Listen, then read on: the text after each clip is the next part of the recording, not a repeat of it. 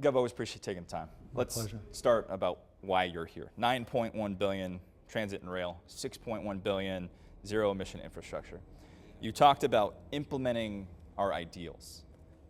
Describe how this delivers on the promise of battling climate change. Well, if you want to be big, you got to be big in the next big thing.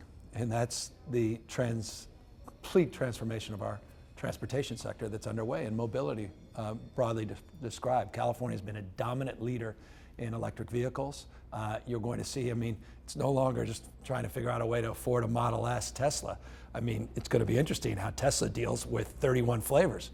Every company in the world now is coming out with their entire line of electric alternatives, and California wants to capture that. It's one of our top exports, electric vehicles, 30 plus manufacturing plants in the state of California in this space. We're putting $10 billion for infrastructure and that conversion of the fleet, and that builds on last year's $3.9 billion, 6.1 this year, $10 billion. No one else, no jurisdiction we know of in the world, maybe in China, is doing what California is doing to dominate in this industry. You've spent a lot of this week up and down the state talking about the priorities in this budget, battling homelessness, looking at healthcare and better ways to deliver it. Some of those priorities have been questioned by your Republicans in the legislature, and one said California's problems continue to worsen despite years of increased government spending and headline-grabbing announcements. What is your response to that? Record surpluses, paying down debt, $25 billion we've either paid down or we're committed to pay down in the next 3 years on our pension liabilities. Bond rating size has been 2 decades. Business startups, record-breaking highest, record-breaking venture capital, fastest growing economy of all Western democracies, 21% GDP growth in the last 5 years of all Western democracies. State of California, more scientists, engineers, researchers in the state, the state trying to address the issues of costs of living, investments. I've only been here 3 years, so I can't speak for the last 30, but I can talk about unprecedented investments and targeted investments to deal with encampments and what's happening on the streets, to help support our renters and to support costs of living broadly defined. $12 billion tax rebate last year. Would hope they would be supportive of that. Many other things that are first in the nation, and we're really proud of that. Folks are on the sideline as critics. They don't offer much, except oftentimes perspective that gets a little old and tiresome. You chalk it up to cynicism at this point. Look, I'm married in a big Republican family. I have great respect for the other side. I do. I represent everybody. I want to do. I don't care if you're rural, north, south, sport. I love people who live in this state. I love that people want to attach themselves and raise their families in the state, and want to come here for new beginnings from around the world. It's just, at a certain point, it's nice to have constructive feedback, and if you got a new and better idea, we're all ears. And I really like the balance of this budget and the approach we've taken. You don't have to be profligate to be progressive. We're investing in our growth engines. One-time surpluses, one-time investments, so we can deal with fiscal discipline down the line. Tax cuts again this year, no tax increases. I think it's a pretty balanced and rational approach. The legislature is taking up, as you know, single-payer health care. You campaigned on that. Where do you stand on that now, and do you support what is being done in the legislature by Democrats? I don't know what they're doing. I read about it in the newspaper. It surprised everybody, including myself. I know what we've done the last few years. We're, first of all, going to be the first state in U.S. history to provide universal health care.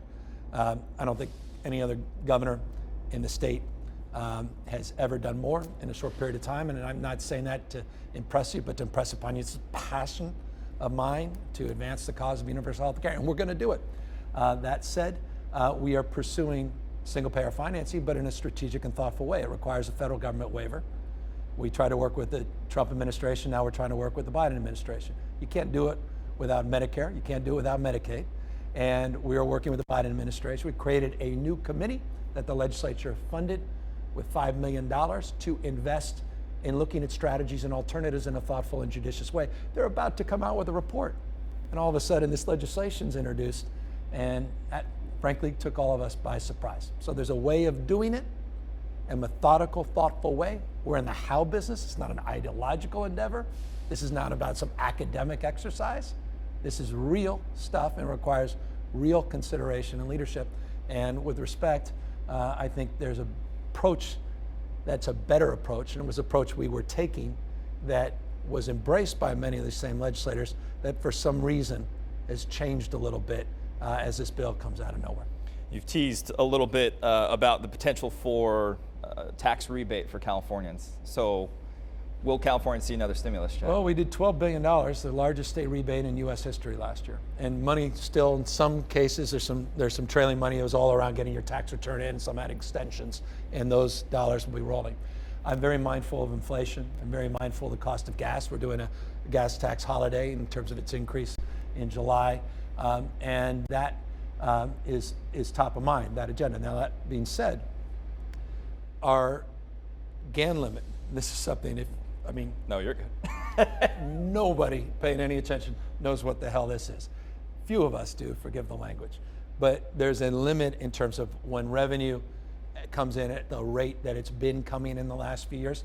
There's an obligation where you can't put that money into reserves, and you have to give a percentage of that back, half of it going to public education, other half going back to the taxpayers. It provides no prescriptive method to do so. Last year we did it in these direct stimulus checks up to $1,100 if you were a foster family or had a kid rather, and you were eligible for what we refer to as the earned income tax credit. But this year we'll look to work with the legislature to try to be creative, and I think the inflation hedge will be a frame that I think is appropriate under the circumstances.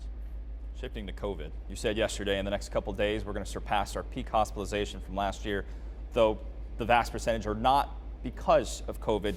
Cases continue to surge. You said, though, that you believe that your hope is that this is the last big surge that we see. Does that mean we're moving towards sort of an endemic posture here? Well, we're preparing for that. We're planning for that. We've been organizing our thinking around that, and we're prepared to present the people of the state of California an endemic strategy, not a pandemic strategy. We have to get through the next few weeks. The next few weeks, just level set, are challenging. Our hospitals, our schools, the hospitalization numbers are such, and you're absolutely right. About 13,000 people are hospitalized today with COVID, but 54,000 people in the hospitals, which is a higher peak within the next couple of days than compared to last year for non-COVID related needs. That's stretching the capacity in the system, so we have to work through that with more flexibility, more support, getting out of state staff and the like. We're doing that same in our schools to make sure those that are testing positive, not just our kids, but our educators, paraprofessionals, to make sure we have substitutes and high quality learning environments so we can keep our kids safely in person. So we'll work through those next few weeks, but my hope is when we turn the page that we can then start to lay out a vision for a future where we can start to live with this disease in a different way, and then lay out a vision for how we do that and what the top priorities are in order to advance that. You've been adamant about schools staying open for in-person learning. You signed that EO a couple days ago related to subs. We've seen sick outs in the Bay Area of teachers that are frustrated, don't believe the proper protections are in place. What do you say to those teachers? And what do you say to frustrated parents? Well, first of all, I can't thank the teachers enough. I mean, this has been, my gosh, talk about a challenging couple of years. How about all those teachers with their own kids? And so I have just great reverence and respect for the profession. And not just teachers, I mean the custodial staff, the janitorial teams that are out there working hard every day to keep things clean and sanitized, the engineering staff to make sure all those ventilators are working, and everybody that's helping kids get to school, the bus drivers and the like. Look, here's the bottom line.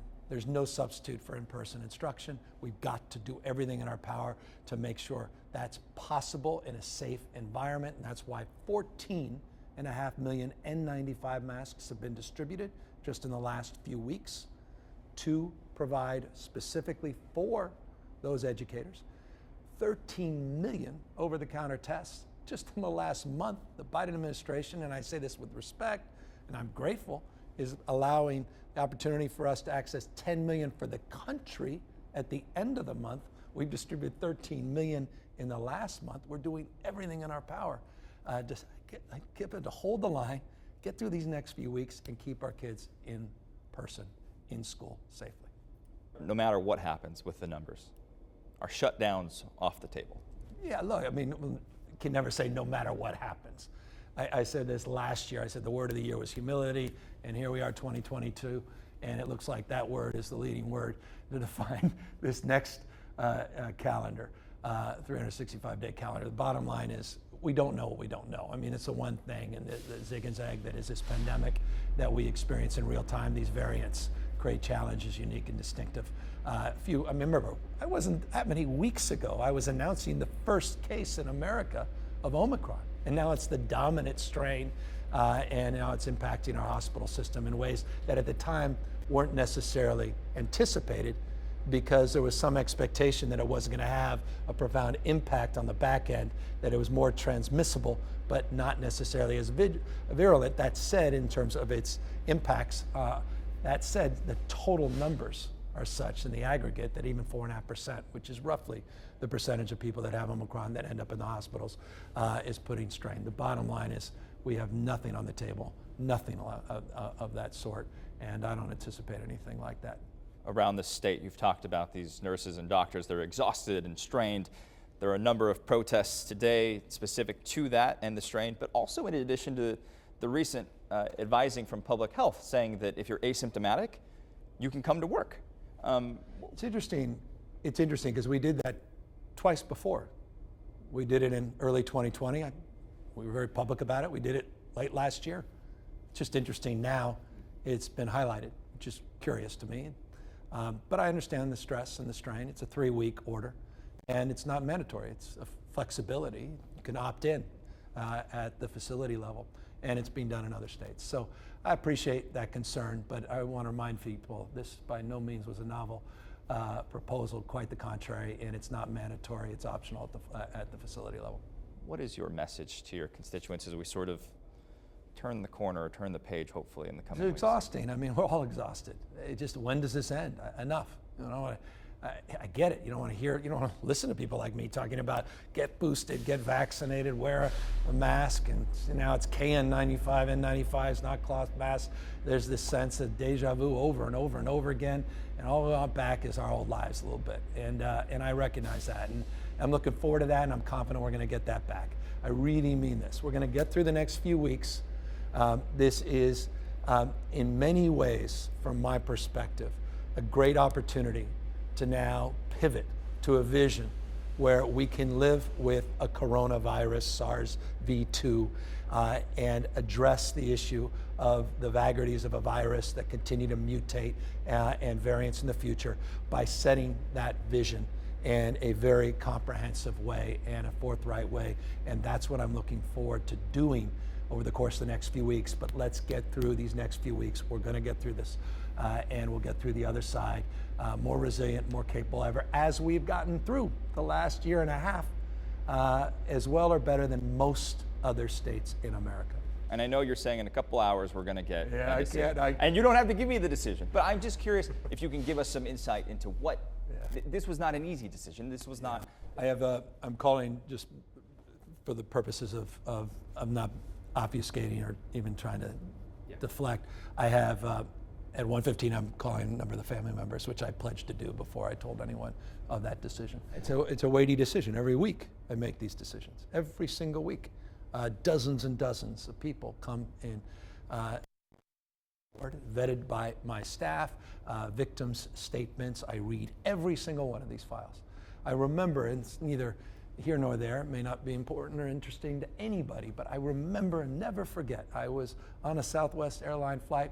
I walked in, and there was Governor Brown sitting in the middle seat, and the plane was just getting boarded. And I said, "Why are you in the middle seat?" He said, and he had two large files on his left and the right of both seats. So that's why he's in the middle seat. And I said, what are you reading? He goes, "This is the toughest part of the job that no one talks about, is going through paroles. It's hard." And it was all the parole files. I just remember that. And I sort of quizzically walked by and said, "Well, see you later, Governor. Good luck. Let's talk about homelessness, housing, education." And then I became governor. And the first week, I get those same files. It was difficult. Every week since, it becomes even more difficult. And this is one of them. And obviously this one's more impactful because it has an impact around the rest of the world. It's impactful because it had a direct impact on 11 family members, 11 children of Robert Kennedy. Changed the course of history. And it's a big part of my own personal history in terms of my own, my own aspirations, the things that inspired me as a child, inspired my family. This is Shriver family in particular, inspiring my dad inspired by Bobby Kennedy himself. So all of that is part and parcel of this decision. It's hard. It was not done lightly. The last day to do it is tomorrow, and I think that gives you an indication. I didn't wait for any other purpose than there was a weightiness to this, including finally, when I personally went and I reviewed the archives and saw the gun and read through the diaries, Sirhan, and looked at all the evidence of this case. We took this to a whole nother level of consideration. There's weight on you for sure. Yeah.